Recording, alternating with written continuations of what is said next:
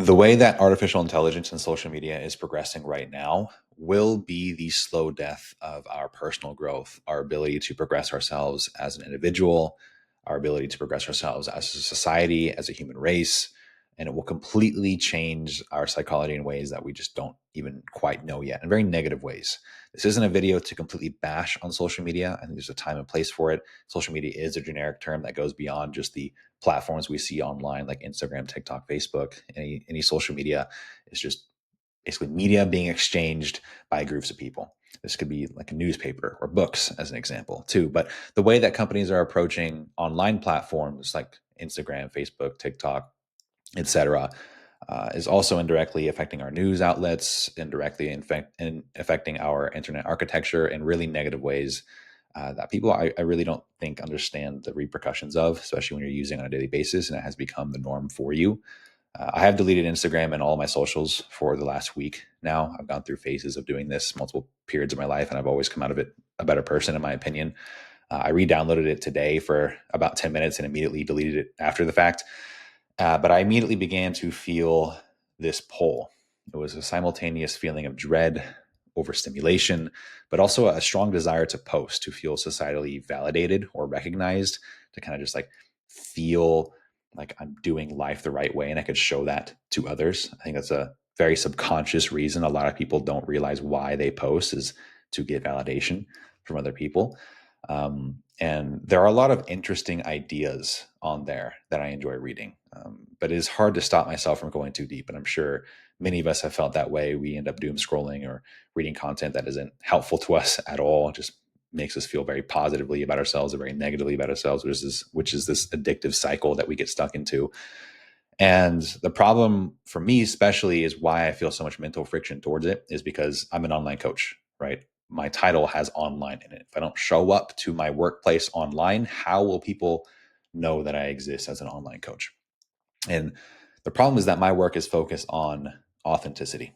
You know, I view coaching as my purpose, as a craft that I want to master over a lifetime. And my goal is to genuinely help other people without creating controversial or confusing content. And unfortunately, that is the type of content that gets the most views, or at least that's what it seems like. That's what the algorithm prefers. And I can make a uniquely helpful guide to cardio, as an example. But if it doesn't come with an exaggerated take or extreme editing, it will hardly get any traction. Not because the information itself is bad, it could be incredibly useful to somebody that needs to hear it on that day. But people don't want to sift through information themselves anymore. We are in a new age of instant gratification, especially with artificial intelligence. Now we can pull a device out of our pockets. Any problem that we have on the top of our mind, we get an instant answer to our problems. And so a lot of people were slowly training ourselves to prefer plugging in generic metrics into an AI app to get an answer, or to be told that one specific thing is the right answer. For cardio, as an example, people are starting to use this app called Runna, and you input generic metrics like recent benchmarks of your fitness or your races. You maybe put in your height, your weight, your age, and it will quote unquote spit out very personalized workouts for you. And it might seem very personalized because, you know, the workouts are uniquely changing from one week to another. And I think this is awesome to help people get into shape and have less friction to having a workout plan. That said, this once great hobby of running that used to be this path of self-discovery, self-mastery, where you had to take notes on how these sessions went for yourself. You had to really pay attention to how your body felt, how your breathing felt, how your joints felt post run, how you were recovering, how your body was doing, is now all being outsourced to a robot that we think has a better grasp on how our bodies are working than we do. Or, as another example, people want to be told that there's just one right answer to cardio, right? We want to be told that zone 2 is the best form of cardio when there is no best form of cardio. There's so many variables that go into it for person to person. It's extremely not complex, but there's a lot of nuances to it. And there really is no best form of cardio. It's really the one that you can stick with will be the best version of, for you. Most people never have to look at their heart rate ever. Most people never have to use an app ever. We simply need to get outside and be moving our bodies more often and just experimenting with how certain paces for a run feels on our body and just adjusting based off of that, using our own intuition and using our own internal feedback from our bodies. And, the hard mental work that once made us human is now something we're becoming allergic to. Even some of the better creators out there in my same field of work, of health, fitness, nutrition, have this clickbaity aura to them. They have completely conformed their wisdom to fit the needs of an algorithm. Many of them, I don't even think, realize that they are doing it. They've dumbed down their answers and information to fit the needs of an ever shrinking attention span market, right? Because they're being rewarded to make certain types of content over others, even if it's not the content that they themselves would make on their own. Jeff Nippert is a perfect example of this. He's like the poster child of bodybuilding, a lot of fitness trends that you'll see, probably one of the most popular fitness influencers and quote unquote coaches on the internet right now, or has been. He once made extremely thorough takes on scientific papers, breaking down the results and crafting his own interpretations. He would often interview and bring on other scientists into his videos. It was essentially, he was making videos of that were forms of peer-reviewed research, and it was extremely in-depth, awesome to watch and read. But these were 30 minutes long, maybe upwards of an hour long. And now he's completely moved into a different direction because he saw that if he had carefully crafted hooks, overemphasized language, extreme takes, and making useless and boring topics interesting through his editing, that he would be rewarded for that. And this is the game most people play nowadays on social media. The profiles will have, millions of followers, and they're all using the same formula: sex, controversy, or extreme humor. That's it. Once you begin creating content on one of these platforms, we all subconsciously begin to try and quote unquote fit in, even if we don't really think we're doing it. The content we would usually create on our own becomes infected with whatever the algorithm prefers at the moment. Our brains are hardwired for recognition, for reward.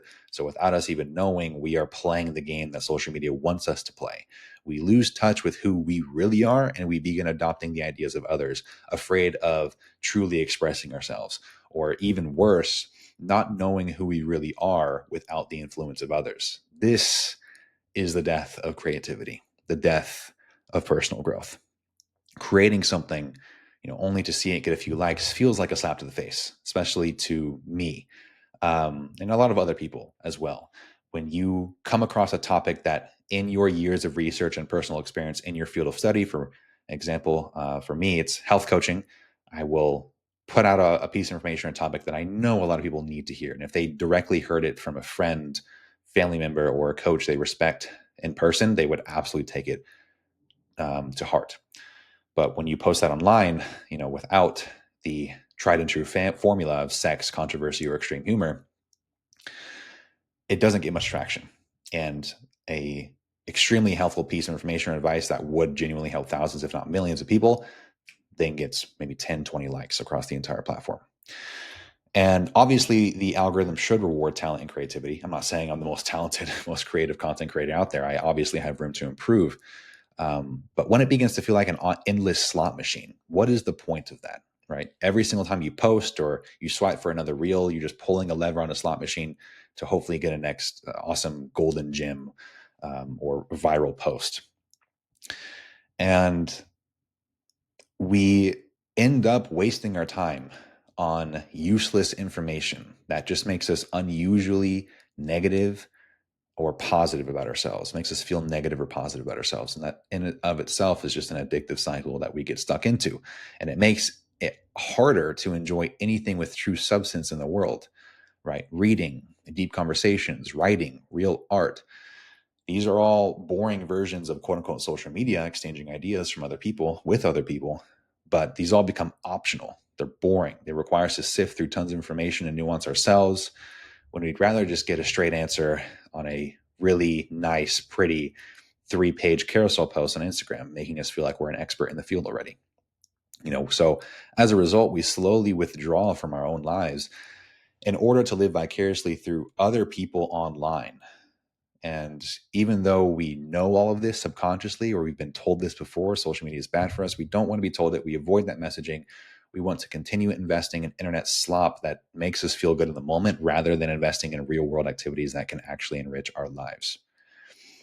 I think if all of us approached social media with this mindset and we started moving in that direction, being more conscious, drawing more boundaries with what we're consuming, what we're supporting, it would become a much healthier place. And a huge psychological influence or impact on us that it has been making on so many people, including myself, is we start setting goals for external validation rather than true desire. We go into a vacation or restaurant brainstorming the best way to showcase this to our followers without actually enjoying it ourselves, being in the present moment.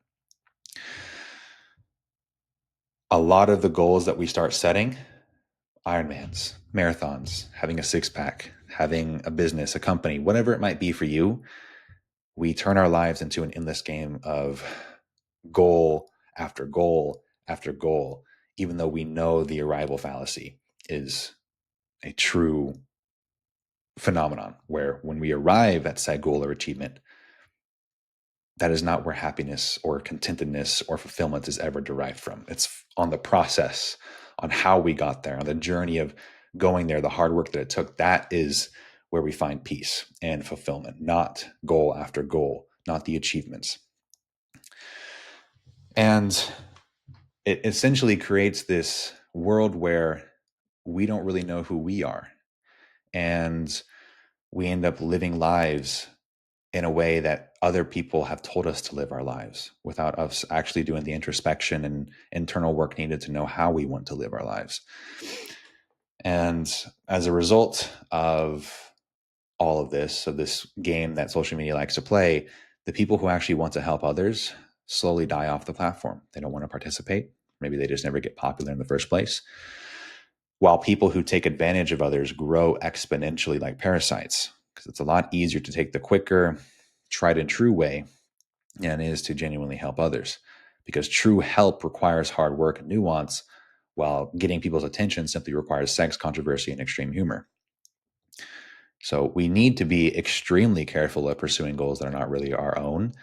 Same thing happens when you live in a city like New York or Miami, just your immediate surroundings, what you constantly expose yourself to, the people that you're immediately surrounded with, you will adopt their behaviors, their goals, their tendencies, their ways of life.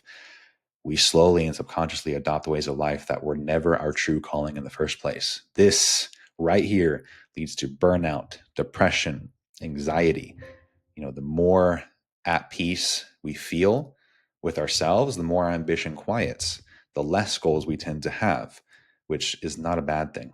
Right? A lot of people will think if we're not ambitious, we don't want to pursue these amazing things and go towards the sky, go to the moon with our goals in our lives, that something's wrong with us. We're depressed, we're anxious, we're not who we're meant to be, we're not realizing our full potential. When in reality, life was never meant to be that crazy, chaotic, and straightforward in the first place.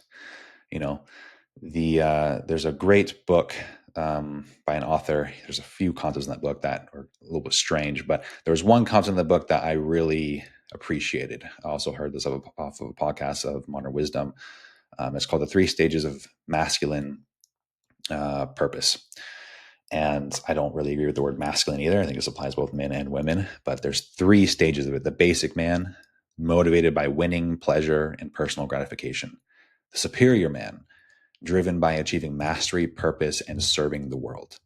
And then the man of zero reaches a point of spiritual maturity where even the drive to achieve mastery or fulfill a grand life mission feels empty and meaningless, where they feel a sense of contentedness, fulfillment. They feel at peace with just who they are, what they have, and where the world is at. And a lot of people will view that as depression. Something is wrong with them if they just simply want to enjoy their day, relax, not necessarily be extremely productive, when in reality, it's just a form of inner peace and contentedness. And so moving forward, I think all of us should be a lot more careful with how we are introducing social media into our lives, be more critical of our goals, of our opinions, and where we're exactly getting them from. Because if you tend to have this life of a lot of ups and downs, a lot of burnouts, where you just constantly go back and forth between these phases of I'm on top of the world and I'm not on the top of the world. I feel like an absolute garbage can. If you tend to see that pattern in yourself, more likely than not, you are a victim of falling into this endless cycle of adopting people's ideas and philosophies that were never really your own in the first place, right? So, hope this was helpful.